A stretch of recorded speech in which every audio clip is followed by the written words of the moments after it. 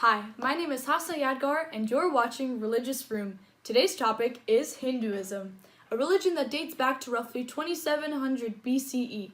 So get ready to learn about Hinduism at its finest.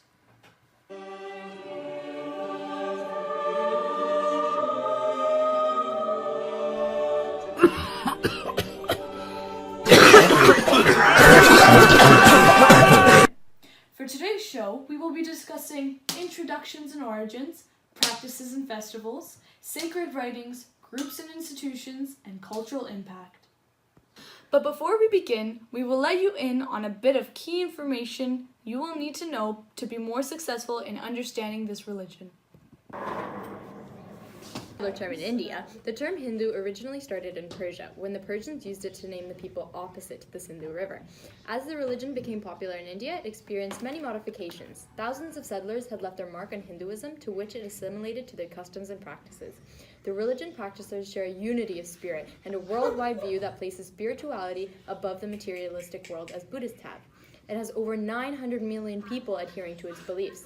Hinduism's timeline is spread out from 2700 BCE. To save time, in our show, only the most important events will be shown. Based on archaeological evidence, Hinduism is suggested to begin at the Indus Valley civilization. Eventually, the Aryans invaded the Indus River Valley around 1600 BCE and brought the Sanskrit language, an ancient language of Hinduism, that changes Hinduism drastically. One of the next most significant events in the Ramayana tale will be touched upon later during the show. The birth of Mahatma Gandhi in 1869 CE was key in Hinduism. He's perhaps the best known Hindu and considered the father of India. He preached Dharma, meaning duty, Satya, meaning truth, and Asima, non-violence, during the invasion of the British during 1858 CE to 1947 CE. He was assassinated by a fanatic Hindu in 1948. Now let's take a stroll down the in-depth origins of Hinduism. Now that we've laid down some of the history of Hinduism, it's best that we move on to the general beliefs. However, before we delve into this rather extensive topic, we should understand that Hinduism has often been described as a religion of free belief and association, which may seem quite odd to a Western perspective. It is this exact concept that rightfully extends to the faith's interpretation of God, as Hinduism is said to be polytheistic, monotheistic, and even a monistic faith. Anyways, in the Hindu faith, there is said to exist the Brahman, a shapeless, superior entity that is present in every place in the vast universe. Its unknowable form and intangible qualities have led Hindus to interpret it in many different ways, which have now come to be known as the gods. Throughout the ages, there have been many different gods in Hinduism. However, modern-day followers have come to know some of the most significant, such as Brahma, Saraswati, Vishnu, Lakshmi, Shiva, and Parvati. Out of all these gods, the most worshipped in the modern-day world remain Brahma, Vishnu, and Shiva. Together, they have become known as the Hindu Trinity. However, their extensive worship is not without reason, as all of these three beings have played a major role in the story of the universe. In layman's terms, Brahma is the creator of the universe, and Shiva is the destroyer. Vishnu is the preserver and the protector of the universe. However, gods are not the only spiritual concepts present in Hinduism. For one, both the abstraction of the soul, Atman, and reincarnation, Samsara, are included. Furthermore, it is because of this that the ultimate goal of Hindu practice is to escape the constant cycle of birth and death, known as moksha. It is when a person's Atman finally reaches this level that they are in complete unity with Brahman. However, it is said that karma is a defining factor in this process. Karma, as interpreted by Hinduism, is a broader principle that all of life is governed by a system of cause and effect, action and reaction, in which one's deeds have corresponding effects on the future. Moreover, to ensure that they reincarnate into a higher class, faithful Hindus will follow one of the four paths to salvation, which include Bhakti Yoga, which is known as the path of devotion, Karma Yoga, which is known as the path of action, Jnana Yoga, which is the path of wisdom, and Raja Yoga, which is the path of meditation. So, the faith also upholds the belief that samsara operates on a basis of a caste system, which goes something like this. The highest level includes Brahmin, which are priests and other religious teachers. Then it goes to Kshatriya, which are great rulers and warriors. After that, we have Vaishya, which are vendors and farmers. And then lastly, on the bottom, we have Sudra, which are servants and laborers. We'll be talking about practices, rituals, symbols, and festivals of Hinduism. So there are many practices and rituals that Hindu people perform, such as they believe in refraining from eating beef, as the cow is considered a sacred animal. They worship at home at an elaborately decorated shrine. The form of worship is called a puja, and it consists of 16 steps. And after the final step, prasad, which is an offering or a gift, is given to the attendings of a puja. They also perform the ceremony of cremation after death. And this ceremony, flowers are offered to the corpse, and a priest will recite some prayers. There are many symbols in Hinduism. Symbols that represent an aspect of Brahman are used as a reminder of the divine spirit. Swastika is a symbol that represents well-being. Unfortunately, due to a modified version of the symbol being used in the Nazi regime, it's gained a very negative connotation. And the last symbol I'll be talking about is Om. It is said to be the first sound in the universe. It is chanted during prayers, blessings, and meditation, and it symbolizes the first three Vedas, which are the past, the present, and the future. Another festival is Holi, which is the festival of color. It occurs during March, and dye powders are spread on people, and people get soaked in water. It's pretty great. And it is kind of like a celebration of spring, like the coming of spring. Another festival is Mahashivratri, which is, it happens in February. It's an event dedicated to Shiva. The worshippers will keep vigil and fast for 24 hours, and those who cannot will eat light vegetarian meals. And water is poured onto the image of Shiva, and flowers and grains are placed by his image. So the last festival I will be talking about is Navratri, which is the 9 Nights festival. It's held in the spring and the autumn.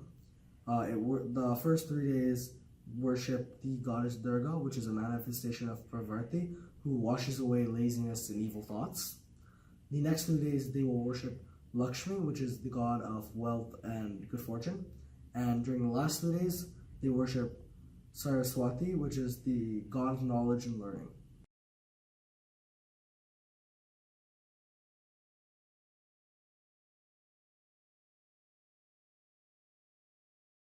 When it comes to sacred writings, Hinduism is a little bit different than other religions, as it has more than one source of sacred texts, over 200 to be exact. These books, poems, hymns, and so on were written around 1500 BCE to 1500 CE. They can be classified as one of two things, either Shruti or Smriti. Writings considered Shruti contain knowledge revealed or discovered by the rishis or seers of Hinduism, and those that are Smriti are handmade literature or knowledge that is remembered. The Vedas are the oldest known scriptures in Hinduism, which were written down around 1500 BCE. And before this, they were passed on and taught orally from teacher to student through memorization. They are considered to be the most authoritative scriptures in Hinduism and touch on subjects ranging from the divine spirit to medicine and science. There are 4 Vedas, the Rig Veda, the Yajur Veda, the Sama Veda, and the Atharva Veda. The Rig Veda contains 1028 hymns that praise the ancient deities, all of which are divided into 10 books, essentially for recitation. The Yajur Veda is a handbook that a priest references to when performing fire sacrifices. The Sama Veda consists of melodies, chants, and tunes for singing and chanting. And the Atharva Veda contains magical formulas, chants, spells, and charms. The Upanishads are the concluding sections of the Vedas, which form the basis of Hindu philosophy and have heavily influenced Indian life and thought for 3,000 years. In total, there are over 2,000 Upanishads, 16 of which are considered to be the most important. They examine topics like the mind, the senses, worship, and meditation.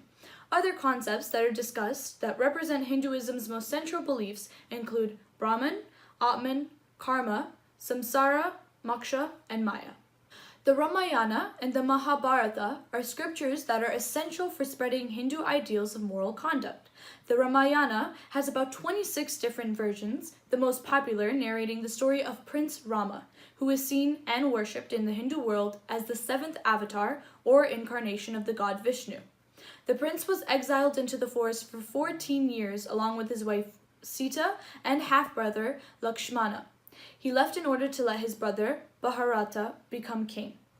In the forest, Ravana, an evil ruler of the city of Lanka, disguised himself as a beggar and abducted Sita, causing a war to start between Rama and Ravana. Rama had the help of King Hanuman and his army of monkeys, while Ravana had the support of his own Lankan army. This battle represents the ongoing conflict between good and evil, where good prevails. The Mahabharata is the longest poem in the world and consists of 100,000 verses, written by various authors. It is considered as the Hindu Bible. The Mahabharata narrates the story of two forces fighting against each other, the Pandavas, good, and the Kauravas, evil. This story represents the eternal battle of good against evil and leads up to the final battle where the Kauravas are defeated by the Pandavas. Now that we've analyzed the sacred scriptures of Hinduism, let's look at different groups and institutions. Take it away, Subrina. Why, thank you, Hosna. Now, there are two main groups that help to influence and change Hinduism into the religion that it is today: the Indus Valley Civilization and the Aryans. These two groups have contributed to the main structure of the religion by introducing certain rituals and practices as well as gods to worship. The Indus Valley civilizations lived on one side of the Indus River, in the areas now known as Mohenjo-Daro and Harappa in modern-day Pakistan.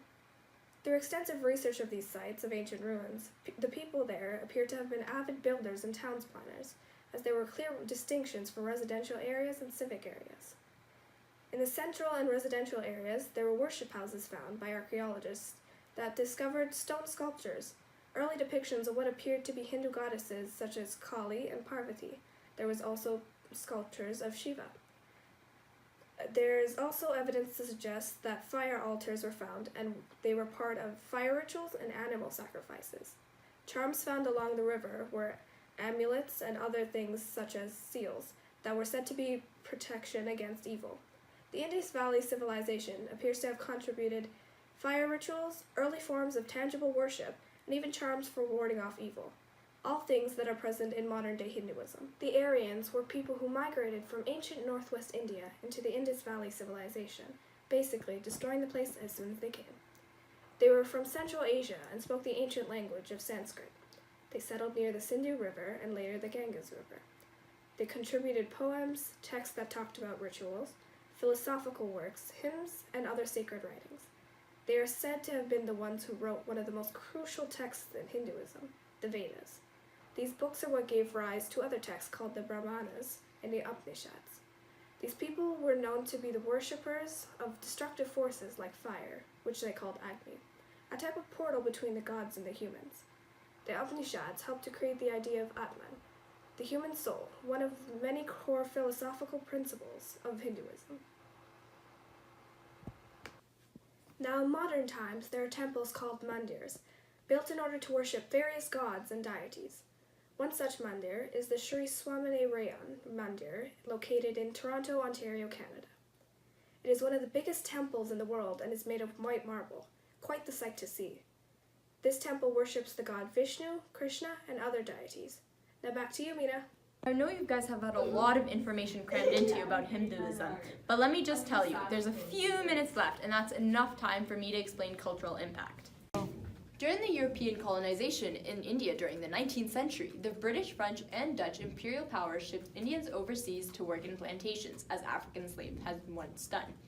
Since most of these Indians were Hindus, the religion spread insanely quickly. A huge number of Hindus can be found in contemporary cities, including Toronto and London. The most influential aspect of Hindu is the idea of yoga and meditation that fascinates many Western cultures, as a way to enlighten themselves and to find inner peace. In Canada itself, there are over 300,000 Hindus and over 20 yoga studios in all of Canada that anyone can. And there you have it. All the information you need to know on Hinduism in one video, from origins and introduction all the way to cultural impact and practices. You even learned a few yoga poses to try out at home. Thanks for watching Religion Room. See you next time, and oh, don't forget to be awesome.